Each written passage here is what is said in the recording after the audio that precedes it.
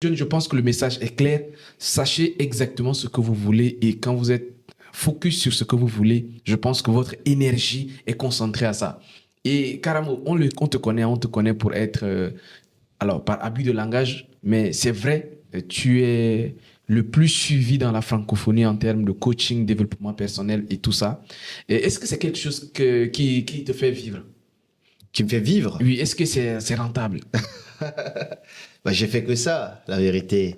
J'ai fait des études. Moi, j'ai pas abandonné mes études à cause du système dans lequel j'étais pour entreprendre. Donc, j'entreprenais et je faisais des études. Mais avant la fin de mes études, déjà, je roulais dans une AMG.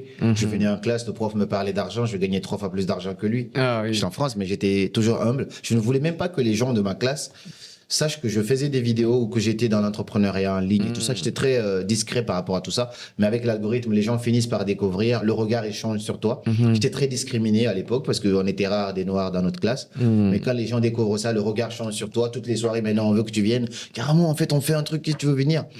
En toute humilité, je dis ça. Mais est-ce qu'on vit de ça? Mais en fait, j'ai fait que ça. J'ai fini mes études.